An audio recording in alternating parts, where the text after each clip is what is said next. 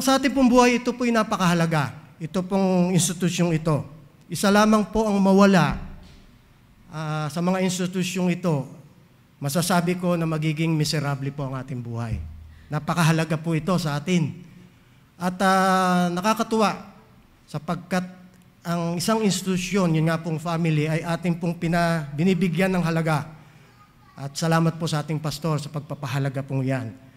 At every year nga po, every January, ay ating nga pong sineselebrate yung family month. No?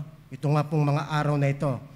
At isa po sa paraan ng pag-aalala ng pamilya ay nagkakaroon po tayo ng family picture.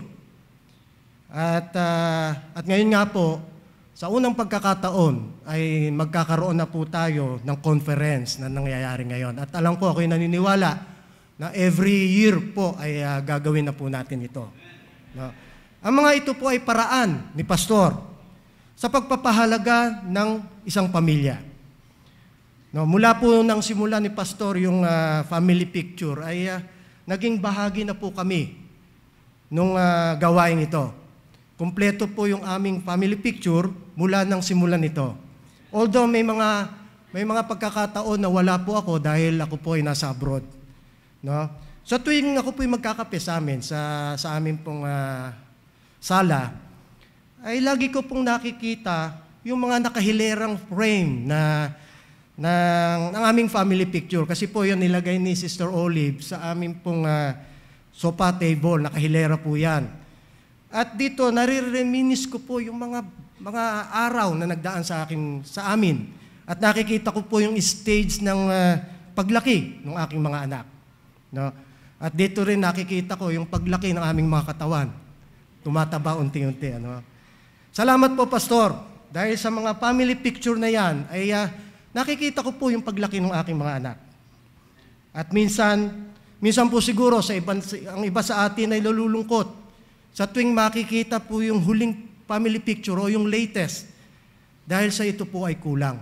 Maaring nagkulang dahil yung iba ay, ang mga anak ay nag-abroad, or maaaring yung iba ay nag-board o lumabas para mamuhay ng hiwalay sa kanya pong pamilya.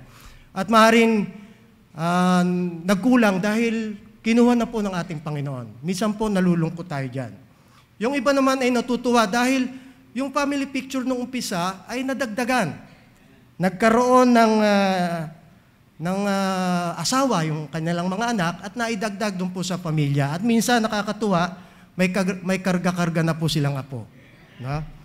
Isang picture nga po yung aking nakita, aking pinagbastan na may karga-kargang sanggol si Pastor. Tinitingnan ko kung sino yung bata kasi maliit pa eh, hindi mo makita yung mukha niya. Nang makita ko na ang kasama ay Sister Chill at si Rodel, yung dalawang anak nila ay wala, sabi ko, naisip ko na si Nathan yon, yung batang Nathan.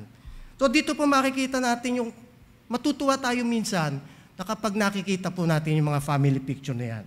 At muli, Pastor, salamat po sa ganitong kaparaanan ay lalo po naming napapahalagahan ang aming pong pamilya.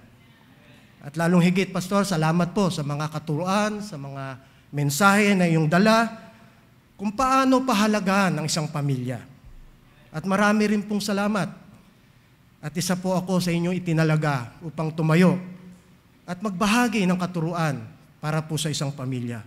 Bagamat ang pamilya ko po ay may kakulangan. Mga kapatid, ang pamilya ko po ay hindi perpekto. Maaaring nakakakita kayo ng bahid ng kakulangan sa aking pamilya. Subalit ako po'y naniniwala na ako po ay nasa likod ng krus ni Kristo na siya pong tumatakip sa mga kakulangan at kapintasan ko. Kaya po, ako po'y nagsusumamo sa inyo. Ang tingnan nyo lamang po yung krus na nasa aking harapan, yung dugo na nabubo sa aking harapan, upang ang makita nyo ay hindi ang aking mga kapintasan. Hindi po ang kapintasan ng aking pamilya, bagkus ang kabanalan ni Kristo ang ating Panginoon. At ang mensahe pong marinig ninyo sa gabi pong ito. Sa istorya po ng prodigal son, ay makikita po natin yung dalawang miyembro ng isang pamilya. Nung ibigay sa akin ni Pastor, medyo nagtaka ko, bakit family month ngayon, bakit prodigal son yung ibinigay? Nung aking pong basahin, nakita ko po rito na ang prodigal son ay binubuo ng dalawang miyembro ng pamilya. Di po ba? Atin pong maalala na ang pamilya po ay binubuo ng ama, anak, at ina. At dito po sa istorya ng prodigal son, makikita po ninyo ang dalawang miyembro. Yun nga po yung ama at isang anak. No? At kahapon nga po, tinalakay natin sa pamamagitan ni Brother Lito, yung stage 1, kung saan yung rebellion. Ano po? Atin pong nakita at napag-aralan kung paano nagpaalam ang isang anak sa kanyang ama. Paalam na may rebellious intention. Dito humihingi na ang alibughang anak ng kanya pong mana. Ano po? Alam po ninyo, naisip ko, ang pangunahan mo, ang iyong magulang, para para hingin mo ang iyong mana, ay para bang isang kalapastanganan. Bilang ama o magulang, ito po isang masakit. No, naalala ko po si nanay nung siya po bago mamatay. Sabi niya, Willie, yung lote na yung lupa ay inaayos na namin para sa kung sakaling kami ay mamatay, ayos na yung lote na mana na ipamamana sa amin. Hindi ko po ito tinake advantage. Hindi ko po siya kinulit na, Nay, ayusin niyo na po yan kasi baka kamatayan niyo yan. Kasi para sa akin, parang hindi maganda. Nakulitin mo ang iyong magulang na ayusin ang mana mo. Ito po para sa akin isang kalapastanganan. Hindi po ayos. Masakit po ito sa magulang. Masakit po ito sa akin bilang ama. At ito, isang alibughang anak, humihingi ng kanyang mana sa kanyang ama. At nais na umalis sa poder ng kanyang ama. Isang ama na malungkot at umiiyak. Imagine niyo po yung nararamdaman. Yun nga pong umalis lang ang iyong anak, napakasakit na eh. Hihingin pa yung mana, di po ba napakasakit nyon? Isang bunsong anak na nais nang umalis at umiwalay sa kanya pong ama. Napakalungkot na eksena. Ano po?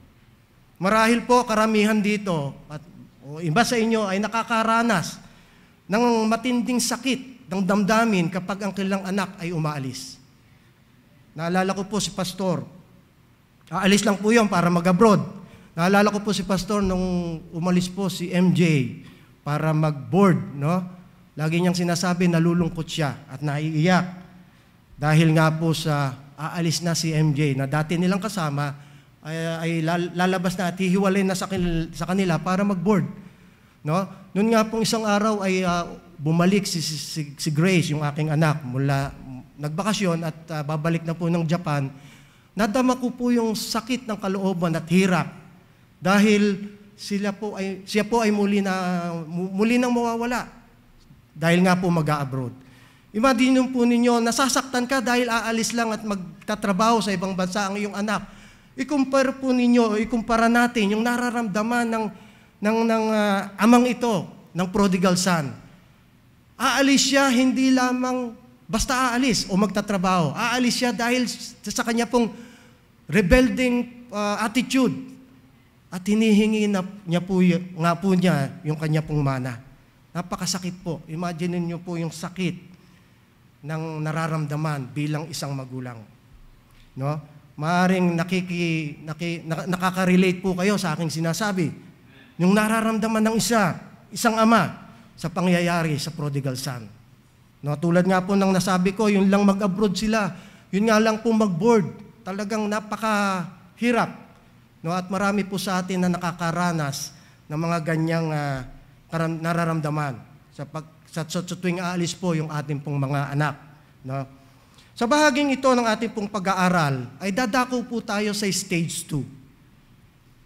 No? Ang stage 2 po ay pinamagatang re-evaluation. Okay? Stage 1 is rebellion. At sa stage 2 ay re-evaluation. Muli nating basahin ang mga talata sa Biblia kung saan ang prodigal son ay nakapag-isip sa mali niyang desisyon sa buhay. Makikita po natin yan sa verse 17 and 19. Tingnan po natin sa verse 17 and 19.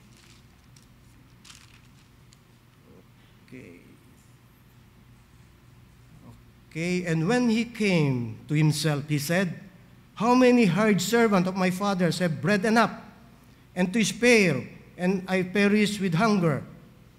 Then 18, "And I will arise and go to my father, and I will say unto him, Father, I have sinned against heaven and before thee." Verse 19, "And am no more worthy to be called thy son.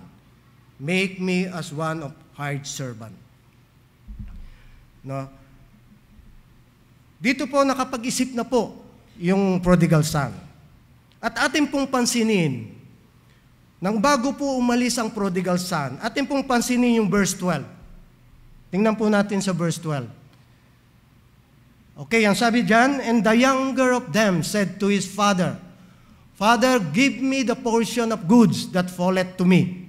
And he divided unto them his living." Pansinin po natin, nung bago siya umalis, yung salitang give me the portion of goods. At ang sabi niya po rito, ibigay mo na sa akin yung aking mana. Hindi po ba? Punta naman po tayo sa verse 19. Ang sabi po ng verse 19, ng chapter 15, "And I'm no more worthy to be called thy son. Make me as one of thy hired servant." No? Dito po makikita po natin yung change of attitude. He says, "Give me," nung verse 12, "as he is living." Nung siya aalis, sabi niya, "Give me," ibigay mo sa akin yung aking mana.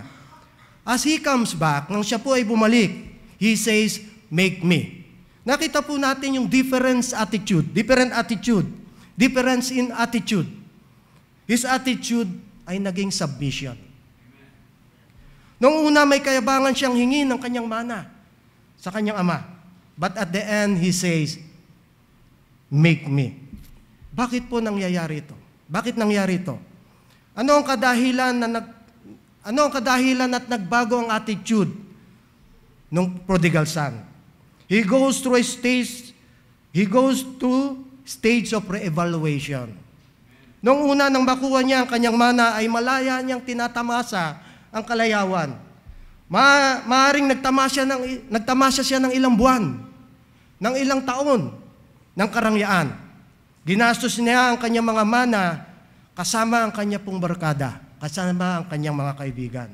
Malaya siya. Wala na ang kanyang amang nagpapaalala sa kanyang mga ginagawa. Lalo na po yung kanyang maling ginagawa. At eto nga, ubos na yung kanyang mana.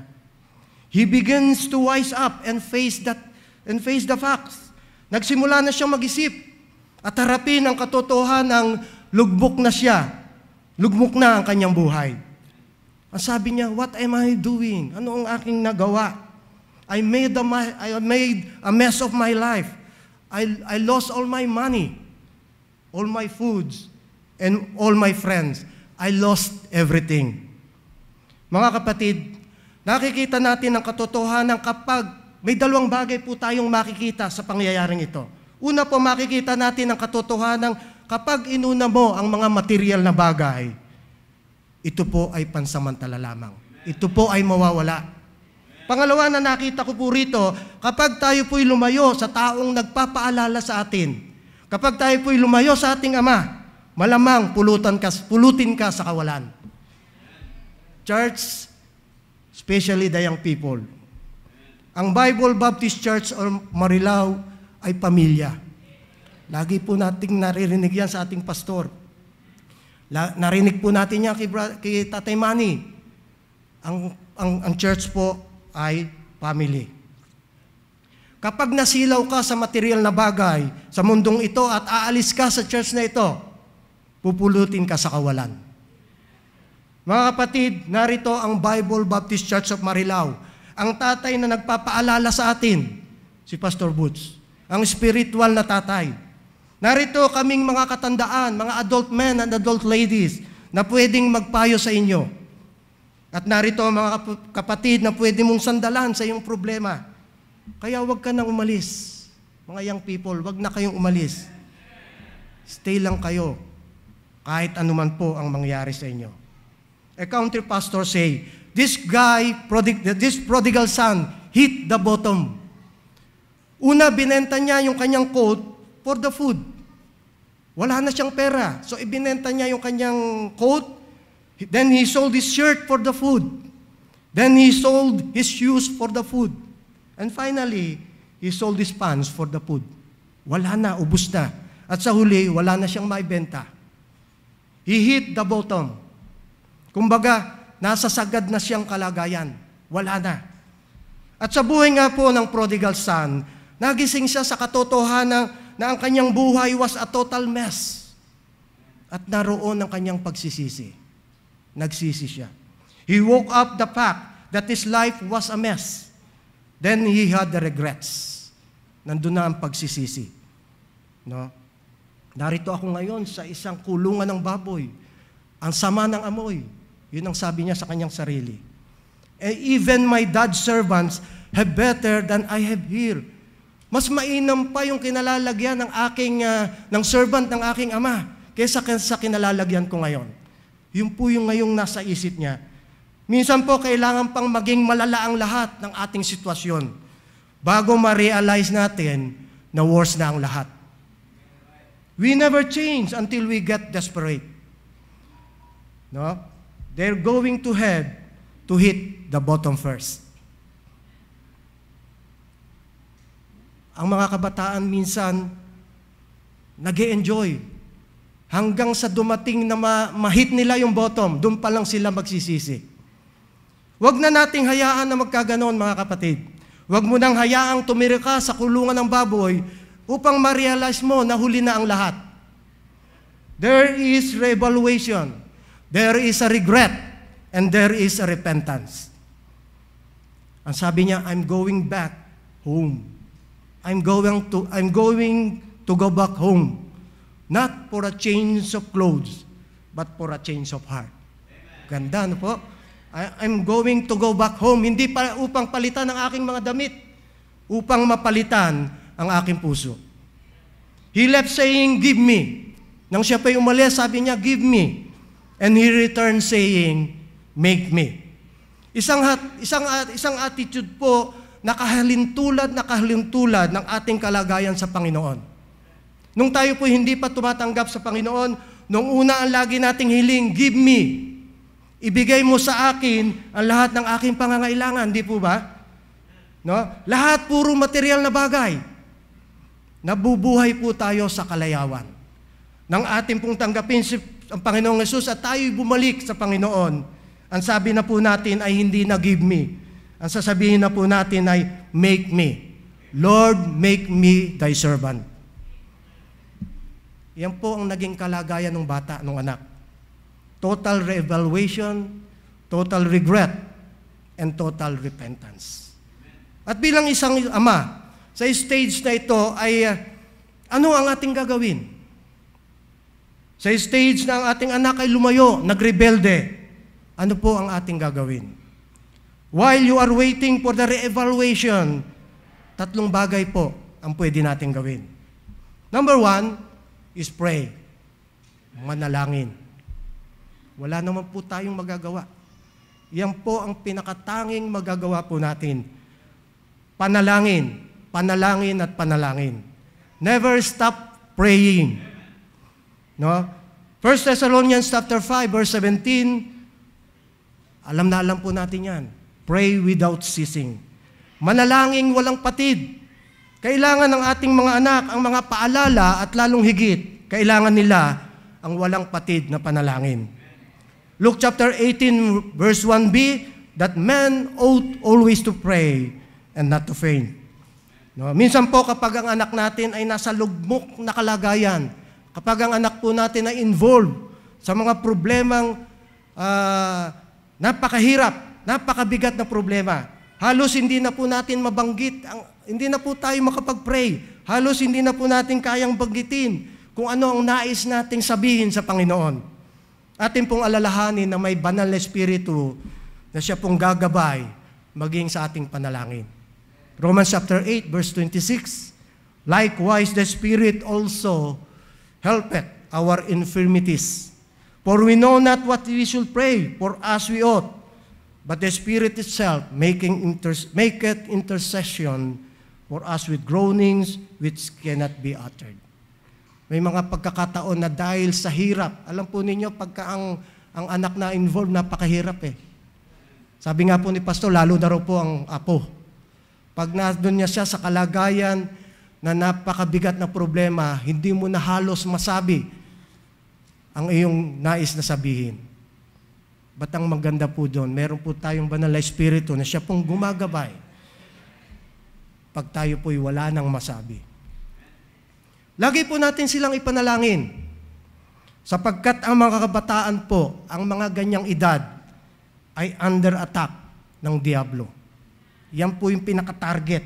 1 Peter chapter 5 verse 8, be sober, be vigilant, because your adversary, the devil, as a roaring lion, walketh about seeking whom he may devour.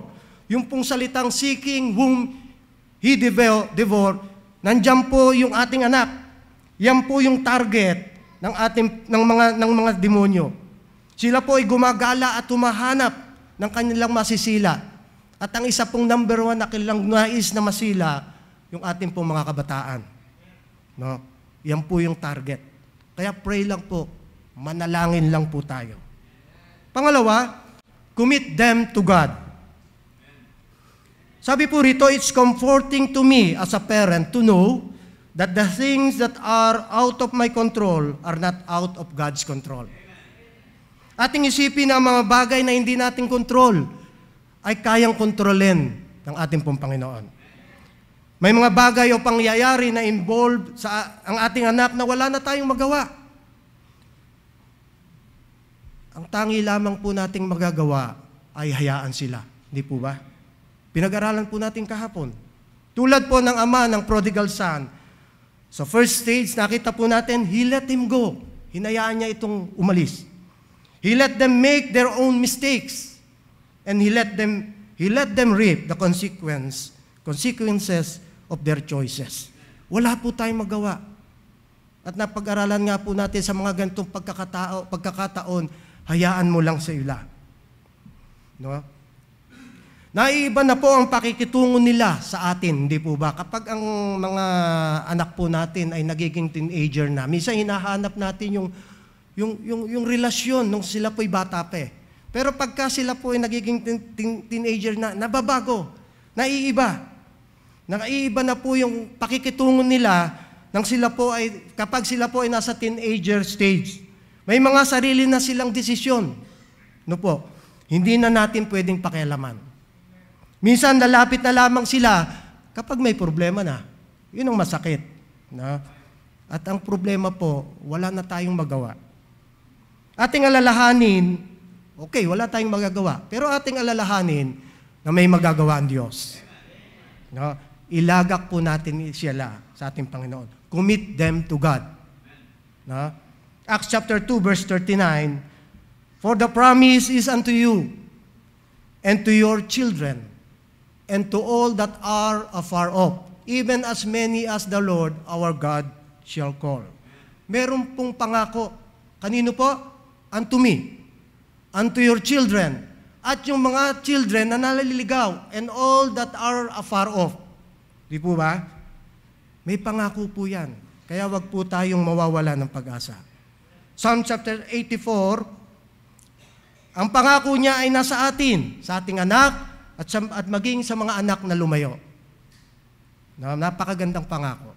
Psalm chapter 84 verse 11, for the Lord is sun and shield, and the Lord will give grace and glory.